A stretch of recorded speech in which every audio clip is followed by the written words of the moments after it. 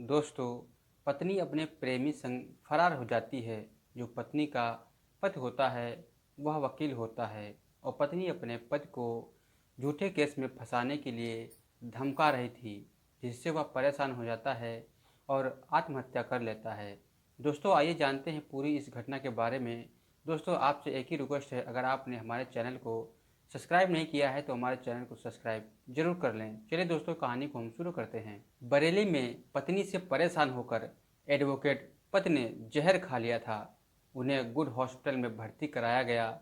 इलाज के दौरान उसकी मौत हो जाती है। पत्नी 3 महीने पहले उसे छोड़कर अपने प्रेमी के संग भाग गई थी। तब से वह डिप्रेशन में था।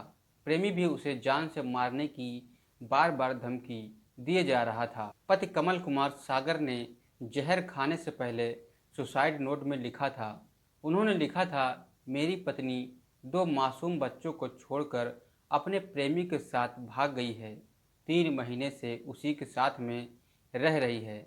धमकी देती है कि तुम्हें झूठे केस में फंसा दूंगी, जिस वजह से मैं डिप्रेशन में हूँ, इसलिए मैं आत्महत्या कर रहा हूँ। दोस्तों, कैंट थाना क्षेत्र के चनहटी में रहने वाले वकील कमल की शादी 19 नवंबर 2017 में कोमल से हुई थी। उनके 2 बेटे थे, जिसका नाम था दिव्यांश, उसकी उम्र 5.5 साल थी, और शिवांश 3.5 साल का था। परिजनों का कहना है कि कमल रोजाना कचहरी में ऐसे मामले देखते रहता था, लेकिन उन्होंने कभी सोचा नहीं था कि उनके साथ भी ऐसी घटना घट जाएगी।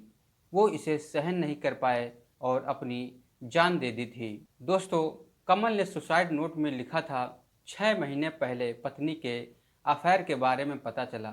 मैंने पड़ताल की तो पाया कि पत्नी की दोस्ती शामली के झंझना गांव के रहने वाले विशाल नाम के युवक से थी। दोनों इंस्टाग्राम के जरिए मिले थे। 3 महीने पहले पत्नी मायके गई थी और वहीं से वह फरार हो जाती है। 3 महीने से वह उसी के साथ रह रही है। मुझे झूठे केस में फंसाने के लिए धमकाती भी है। मेरी मौत के बाद मेरे बच्चों को उनकी माँ के पास किसी भी कीमत पर मत जाने देना। अगर ऐसा हुआ तो बच्चों के साथ भी कोई न कोई अनहोनी वो कर सकती है। कमल ने सुसाइड नोट के साथ पत्नी और उसके प्रेमी विशाल की कुछ तस्वीरें और दोनों की बातचीत के स्क्रीनशॉट भी वहीं छोड़े थे। दोस्तों, कमल के पिता राजेंद्र ने बताया कि 6 महीने से इंस्टाग्राम पर मेरी बहू विशाल से बातचीत कर रही थी। 3 महीने पहले वो अपने मायके गई थी, वहीं से अपने प्रेमी के पास चली गई थी। मेरी बहू ने कहा था कि मुझे तलाक चाहिए। 3 दिन पहले उसका फ़ोन आया था। वो मेरे बेटे से बोली कि नोटिस मिला है या नहीं, मुझे तलाक चाहिए। एक प्लॉट बेचकर उसका पैसा दो और मैं अपने बच्चों को भी साथ ले जाऊंगी। विशाल ने मेरे बेटे को धमकी भी दी थी कि मैं तुझे रास्ते से हटा दूंगा, तुझे मैं मरवा दूंगा। ऐसा फ़ोन करके वह कहता रहता था। दोस्तों, कमल की बुआ उषा ने बताया है, बहू सब कुछ छोड़कर फरार हो गई। कमल मुझसे कह रहा था कि बुआ, अब मैं समाज को क्या मुंह दिखाऊंगा, इससे तो मेरा मर जाना ही ठीक है। उन्होंने कहा कि वो पहले भी एक बार भाग चुकी है, तब वो 15 दिन बाद घर वापस आई थी। दोस्तों, लड़की के पिता को जब दामाद की सुसाइड के बारे में पता चलता है तो वो अस्पताल पहुंचते हैं।